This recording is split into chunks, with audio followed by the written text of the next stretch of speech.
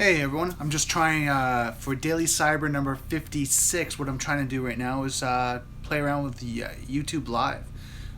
Just seeing what's all about. Just setting up the live chat here so I can see what's going on. Show live chat, perfect. So yeah, I just wanted to see how it works, catch you up really on what's going on. I haven't done a video for, it's got to be what, 5-6 days. Busy week, working on a lot of things. Last week I did practice test for CompTIA Security Plus, scored a 91, I think a 92. And through that test I was really kind of getting in the groove. Information was coming. Normally the practice, I think the tests are 90 minutes for CompTIA Security Plus. So I have some transcenders and stuff that I try to do the same time frame, try to sit for the exact same time. Just gonna set this light up here. There we go. Yeah, try to set the same time.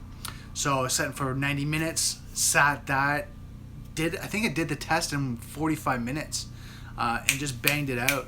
And it was not the point that I memorized all the questions and the answers. It's just I knew. I was like, oh, if they're gonna do this, boom. If they're gonna do this, boom. If that's gonna set up,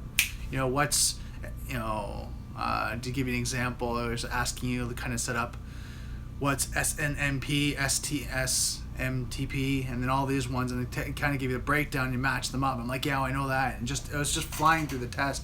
So it was really good. I'm getting ready. I'm hoping to write by no later than the second week of May. Get that scheduled. Actually, going to take the jump on Monday. Schedule that exam out. Do 2 more practice tests. Do another 2 weeks of studying, and write a practice test. What else is going on?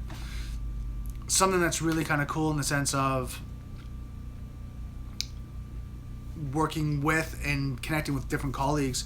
One of my colleagues gave me a call, was it yesterday, talking about the IT security industry and how they're getting out there, and the demand for work of people that are qualified is just amazing.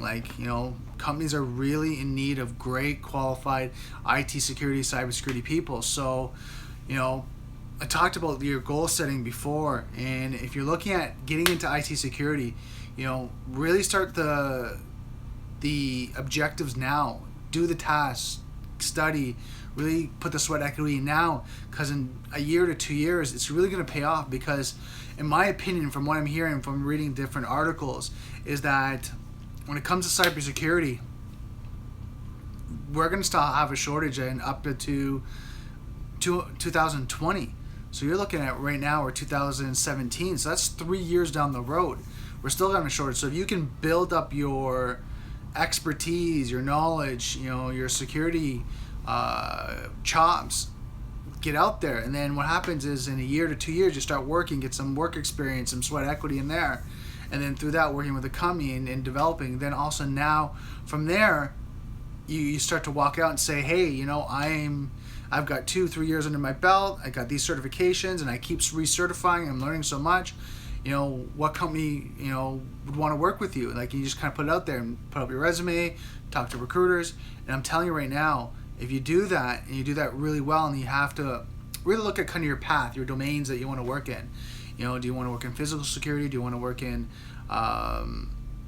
policies and procedures, incident response, penetration testing? Wherever you want to do, just focus on that one area and be really good at it, right? And one thing I try not to say for myself, right, I'm trying not to use this word as an expert. A lot of people are trying to identify, oh, I want to be an expert. Well, something that I found in any of these fields, you'll never be what I consider as a true expert. And if you disagree with that, that's fine. I understand that. But my opinion is that you'll never be a true expert, because you're always learning. It's always changing here. Anyone that really kind of resonates with this, understands it, and kind of will agree with this. 1 minute you're kind of like, oh yeah, I know this inside and out.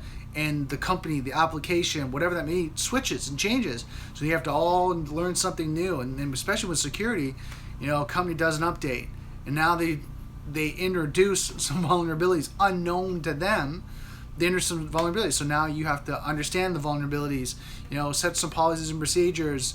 Maybe it's something that's an administrative side that people have to know about. Bring your own device, and I'll use that as an example. Before mobile devices, people were like, okay, fine, we don't need to worry about, we have pagers, we don't need to worry about smart devices. You have a cell phone, it doesn't connect to our network, you have a pager, it doesn't connect. Now we got to smart devices where it connects to your network. You get your email, your internet, maybe even custom applications that are connected to the company's network. So now you have to figure out, okay, what does that mean? And how does it relate, and have like a memorandum of understanding and a service level agreement that you have to set up between the vendors of these applications to make sure they're patching, updating, and they're doing that. And when they do that, they provide you kind of the white papers and everything that they're doing. So what happens is you can make sure that it's not creating a vulnerability on your network, your systems, your applications, all that. So it's crazy, right? And us as IT security people are going to constantly have to keep learning this and keep going through this process. So it's kind of exciting and cool to be at that stage that we're all at right now when it comes to you for sure, I'm sure, watching this as an IT security professional and kind of going, yeah, I see this, right? And if you're not, and this is something you're interested in, you're going to, trust me, it's a field. If you have the chops to get into it and really push yourself, you can do it. I know for me, I'm here compared to, even the knowledge and experience and expertise I have learning to get to that level to sit at the table with a lot of these guys. I still have a lot of work to do, but listening and then understanding where I am, where I've kind of developed over the last couple months, right? Kind of looking at it and going, oh my God, like this is amazing. Like I'm sitting at the table with some of these guys and going, yeah, I know what it means. I can talk intelligently about that. And then now, where am I going to be in another 60 days? Where am I going to be in another, 6 months to 1 year? And then starting to apply it when I get into like certified ethical hacking and offensive security certified professional. When I start to get in those areas, I'm going to start to really kind of look at, oh my God, like now I can sit down and have great in-depth conversations and go and maybe even provide insight and value on my side that gives these guys value versus kind of the 90-10 rule that's going to be happening now is 90% is going to be these guys providing insight and value from their expertise and what they've learned and what they're certified in and providing me, and me as that 10% going, oh, well, what about this? And them going, oh, you're still new, right? Oh, you'll learn that soon. Or maybe even something they're like, oh, you know what? I totally forgot about that. Brandon, thanks for reminding us because we haven't looked at that in 6 months, 1 year, whatever. And, we kind of deal with this side. We don't deal with that. So that 10%, and hopefully over the next 6 months to 1 year, that 10% becomes 25 and 50, where I can kind of, be an equal value to a lot of security professionals and colleagues and companies. We're giving value. And then when it comes to a year down the road, end of 2017, I'm hoping to be that value for companies, corporations, colleagues, clients, where then I can go and give them great value right from the start, right? And it's more, they're getting like 80% value from me in the sense of, Brandon, come in, tell us, what do you expect? Because I always kind of leave that little window of like 10 to 20% because there's always a room to grow, room to learn and just keep developing because, as you know, when it comes to IT security, we never stop. Just trying to see what's going on here. Playing around with the settings here, just making sure. One thing, if you're doing video, so some of you guys are probably out there kind of looking at, maybe you're running your own business and you're trying to market, you're trying to get out there and look at how to market IT security.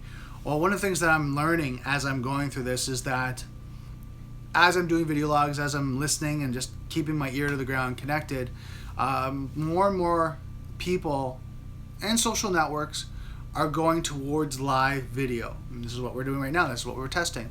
And the reason why we're doing live video is because people want the instant gratification, being able to connect with someone right at the right time, that place, ask questions in real time, and really get connected.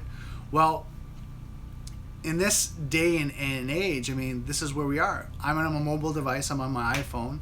I've got a camera light. I've got, a charger for my iPhone to make sure the battery doesn't run out. So while I'm doing this, and I'm going to try to do it for about 20 minutes, because I think that from what I've read and heard, 20 minutes is really kind of the sweet spot to do live video. So as I'm doing this, just to see how it works, what happens, and what value and information I can provide. And then as people jump in, answer any questions that maybe I can answer, or maybe even have a dialogue or some conversation with, some experts that are connected, that are saying, look, you know what, Brennan, I've been in the industry, or I just got in the industry, I've been in it for 1 year, and here's what I have to provide. So I think what I'm going to do every Thursday, I'm going to see what's kind of the sweet spot in the time. I'm going to do a live video. So I'm going to still do my video logs, but the Thursday is going to be this live video where I can kind of just be out there and chat with people and just see. I mean, again, I'm not an expert at any way of the matter. What my goal is to be able to share my journey going through this. Something for last Thursday, or was it yesterday? Well, yesterday was Wednesday. Someone was talking about OSCP, and I have to keep spelling it out and memorizing it. Offensive Security Certified Professional.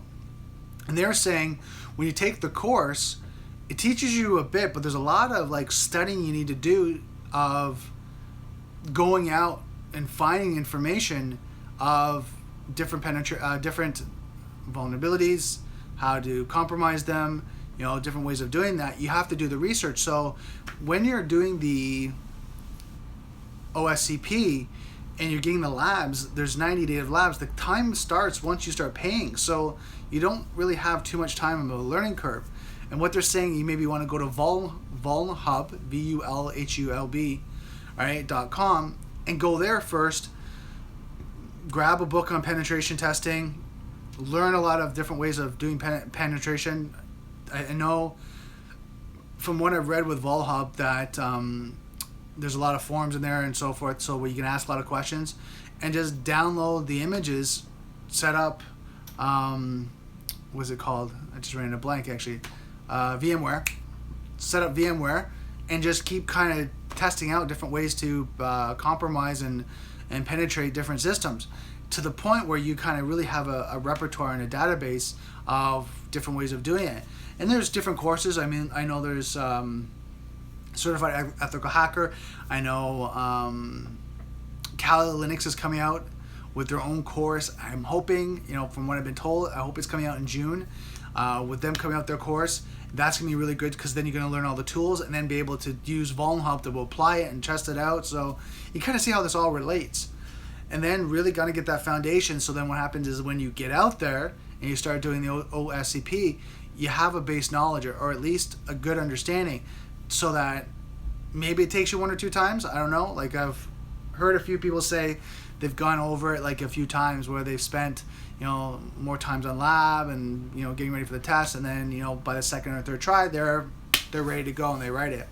So my objective is to do as much you can ahead of time to be prepared for it, because I think there's a good insight to this whole strategy, is that there's a certain amount you're going to know, and there's a certain amount that you're going to have to learn on the fly.